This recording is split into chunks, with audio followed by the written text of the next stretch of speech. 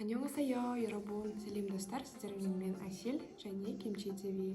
Бүгінгі тақырып өте қызықты болады, себебі кей-поп, Корея тарихы, күрішті соджу, киберспорт барлығы Корея жайында айтатын боламыз. Яғни сіздермен Корея елі туралы бұрын сіздер білмеген, қызықты, таңғаларлық ақпараттармен бөлісетін боламын. Ал мені жаңадан көріп отқан достарым болса, тіркелмеген болсаңыздар тіркеліп, жаңа сабақтарды, видеоларды жіберіп алмас үшін қоңырауды басып қоюларыңызды сұраймын. Және видео сабақтар басқа қандай тақырыпта болғанын қаласаңыздар, өз ойларыңызды комментарияға қалдырып отырсаңыздар. Кез келген тілді үйренетін болсаңыздар, сол елдің тарихын, мәдениетімен танысып біліп жүріңіздер деп басқа сабақтарда да үнемі айтатынмын. Сол себепті енді Кореяның тарихы жайында айтып өтейін. Оңтүстік Кореяның жан-жағын 3 теңіз қоршаған шекаралас жалғыз ел ол солтүстік Корея.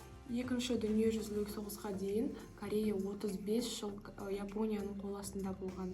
Мен алдыңғы сабақтарда да айтатынмын, Корея бұрынғы заманда өте кедей, жоқтан бар шығарған ел деп айтқан болатынмын. Ал 1945 жылдан кейін бір ұлт екіге бөлінген, солтүстік және оңтүстік Корея болып.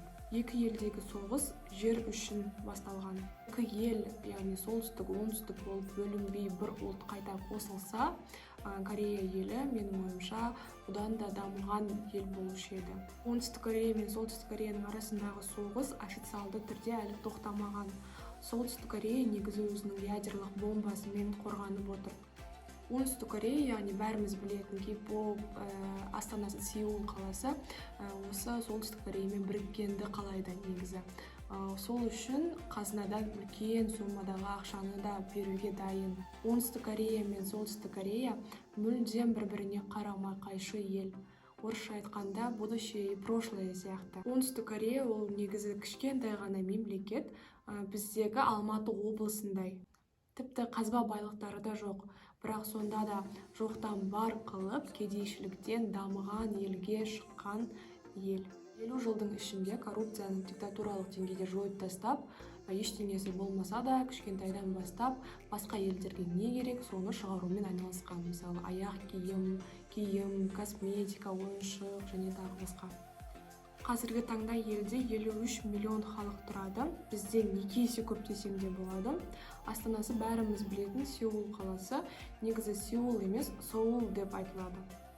Үлкен қалалары Пусан, Чеджу, Инчон, Тегу, Улсан қалалары. Солтүстік Кореяны сол жылдары СССР, ал оңтүстік Кореяны ақш елі қолдаған болатын. Елде буддизм және христиан діндері бар, бірақ өкінішке орай елдің 56% астам халқы ешбір дін ұстамайды. Кореяда жасты ерекше есептейді, яғни бала туылған кезде 1 жасқа толған болып саналады. Яғни олар анасының ішінде жатқан күннен бастап есептейді. Көптеген Корея жайлы айтатын блогерлер Кореяға енді келген кезде оқушылар, кішкентай балалар қайда деп таң қалады. Яғни көшелерде балаларды көп көре бермейді, себебі олар кішкентайынан білімге құштар жандар десек те болады. Яғни ата-аналары өздерінің балаларының жарқын болашағы үшін бір-бірімен, басқа ата-аналармен жарысып тұрып, кішкентайынан өз балаларын әртүрлі қосымша сабақтарға жібереді. Үлкен сыныптағы оқушылар біздікі сияқты НТ сияқты үлкен экзаменнен өту үшін таң азаннан мектепке кетіп, түнгі 10-11-лерде оралады. Тіпті демалыс кездерінде бос уақыттарын босқа жібермес үшін міндетті түрде қосымша сабақтарға қатысады екен. Кішкентайынан білімге жақын екендігін білдік, ал есейгенде тіптен еңбекқор болады. Себебі оларға біздікі сияқты 2-3 айлық отпуск мүлдем берілмейді, 3 немесе 1 апталық демалыс күндері беріледі.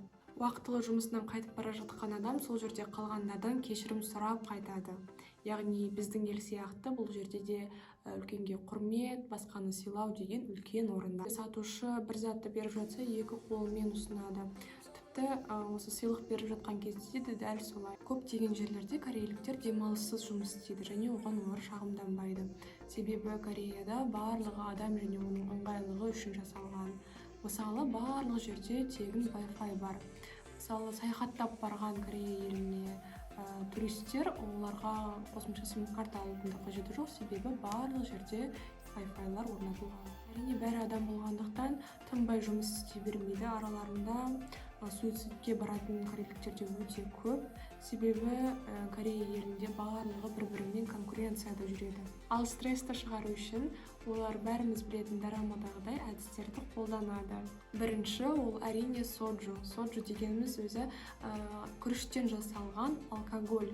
Сол соджуды ішу арқылы көп проблемаларын ұмытқысы келіп ішіп жиналып отырады. Екіншісі ол әрине ащы тамақ. Ащы тамақты жеген кезде барлығын ұмытып, тек сол тамаққа мән береді деген ұғым бар. Ал үшінші достар ол әрине караоке. Яғни корейліктер караоке айтқанды өте жақсы көреді. Негізі Корея халқы өте қатты дауыспен сөйлейтін халық. Ал Кореяда қалаған уақытынша демалып, ән айта береді. Арақ ішіп, түнде мас күйінде қайтатын жастар өте көп. Ал менің айтқым келгені, Корея елі негізі қауіпсіздік деген сөзбен тең келеді. Себебі тегін Wi-Fi сияқты көп жерлерде бейне бақылау орнатылған. Одан бөлек қыздарға қауіпсіз жол деген сияқты көшелерде әртүрлі жазулар жазылған. Жолдарда сол жер көшелерде сары батырмаларды бассаңыз, міндетті түрде полиция жетіп келеді. Сол сияқты көптеген кофейняларда көптеген адамдар өзінің қымбат заттарын қорықпай қалдырып кете береді. Ол жайында негізі көптеген блогерлер айтқан болады. Негізі тамаққа үлкен құрмет сияқты, яғни үлкен мән береді. Яғни олар Корея елі бұрынғы замандарда ашаршылықта өмір сүрген кедей ел болған.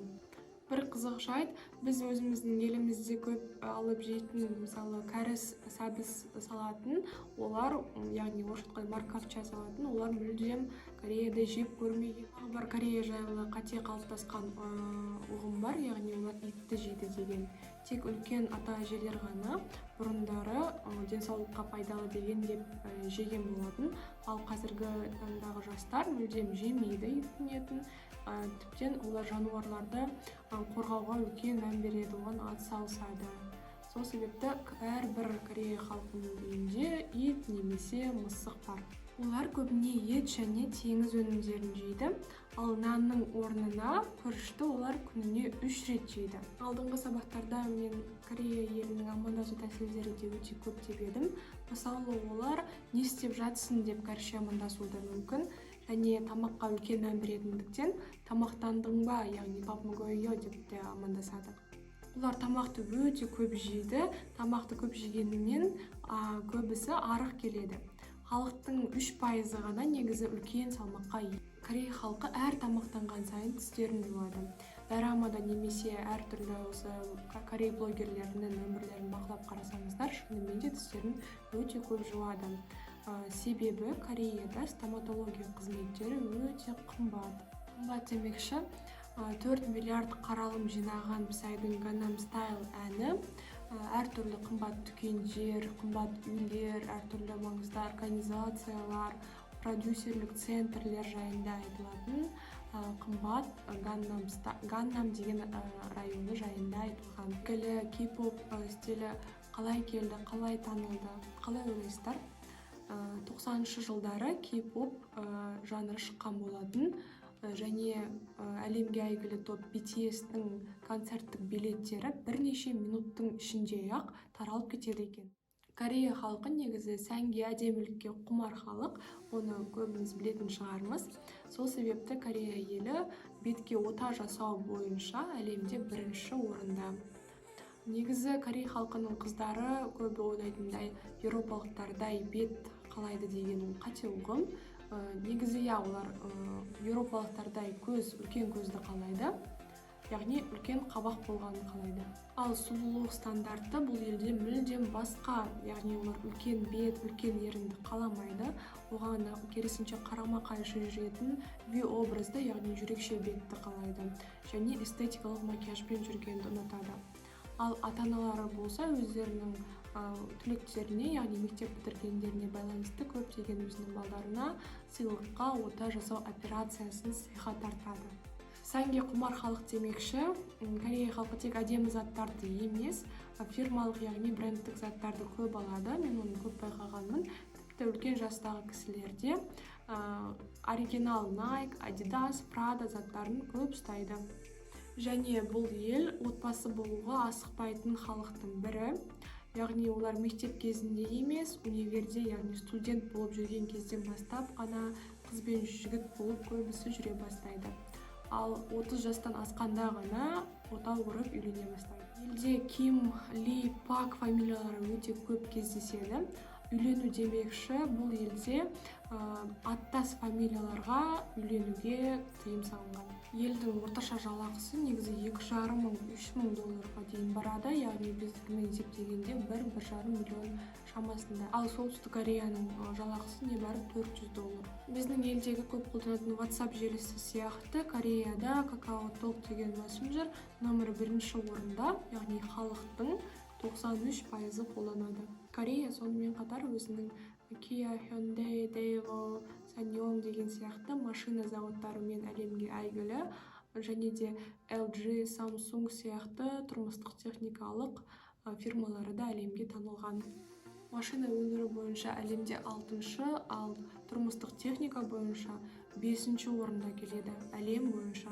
Көптеген блогерлердің инстаграмдарын, ютуб каналдарын көріп байқасаңыздар, Кореяда қазіргі таңда сатушысыз магазиндер, яғни дүкендер, дұрыстап айтқанда робот жұмыс істейтін дүкен мен кафенелер өте көп ашылған. Техника демекші, елде киберспорт өте дамыған. Киберспорт бойынша ол әлем бойынша 1-ші орында. Корей қыздары ашық кәлтесі бар киім кимейді, оны әдепсіз деп санайды. Бір қызығы, олар өте қысқа юбкаларды көп киеді, яғни оған ештеңе демейді. Тіпті кейбір мектептерде осындай қысқа юбкасы бар формалары өте көп. Негізі ерлері де өздеріне көп қарайды, яғни бет күтімі бойынша, сән бойынша да. Бірақ онымен қоса барлық ер адам Кореяда міндетті түрде әскерге барады. Өзінің тұрмыстық жағдайына қарамастан, әнші болсын, актер болсын, себебі екі ел арасындағы, яғни Солтүстік Кореямен соғыс әлі, жаңа айтқанымдай, әлі официалды түрде тоқтамаған. Қызықты деректердің бірі Корея жайында, бұл елде 4 саны өлімге тең. Яғни лифттерде 4 саны болмайды, оның орнына F деп жазылып тұрады. Тіпті кейбір 4-ші қабаттағы үйлер, немесе 404, 44-ші, 40-ші үйлер сияқты үйлер негізі арзан бағада сатылады. Тағы бір қызық жайттардың бірі, Корея халқы өз есімдерін қызыл қарындаш ручкаларымен мүлдем жазбайды. Солай жазған адам кейін өледі деген ойда. Және мереке, қуаныш болған жағдайларда ақ гүл сыйлауға болмайды адамға. Ақ гүлді тек қайтыс болған адамдарға ғана апарып қояды екен. Тағы бір мен көп байқаған жайттың бірі, қыста олар жай ғана жалаң аяқ шлепкамен жүре береді. Яғни үстінде қалың куртка пуховик болса, астында жалаң аяқ киген шлепкамен де жүре береді екен. Ал автобусқа болса, алдынан ақша төлеп кіріп, ортаңғы есіктен шығады. Тағы бір қызық жайт, әулие Валентин күнінде қыздар ғана өзінің сүйіктілеріне сыйлық сыйлайды екен. Олар мүлдем сыйламайды. Ал керісінше 14 наурыз күні белый день деп аталады, сол күні ғана жігіттер өзінің қыздарына сыйлықтар сыйлайды екен.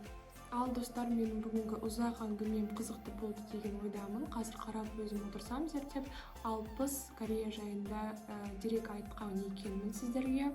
Сол себепті пайдалы жақтарын, жаңа ақпараттарды өздеріңізге түртіп алдыңыздар деген ойдамын. Осы үшін де Кореяны мен өте қатты құрметтеймін, себебі олар кедейшілік елден дамыған елге айналған ел.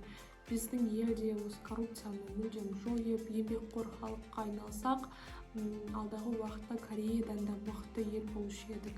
Себебі бізде бәрі бар, қазба байлықтар да, мәдениет те, және ең бастысы көзінде от ойнаған жастар өте көп.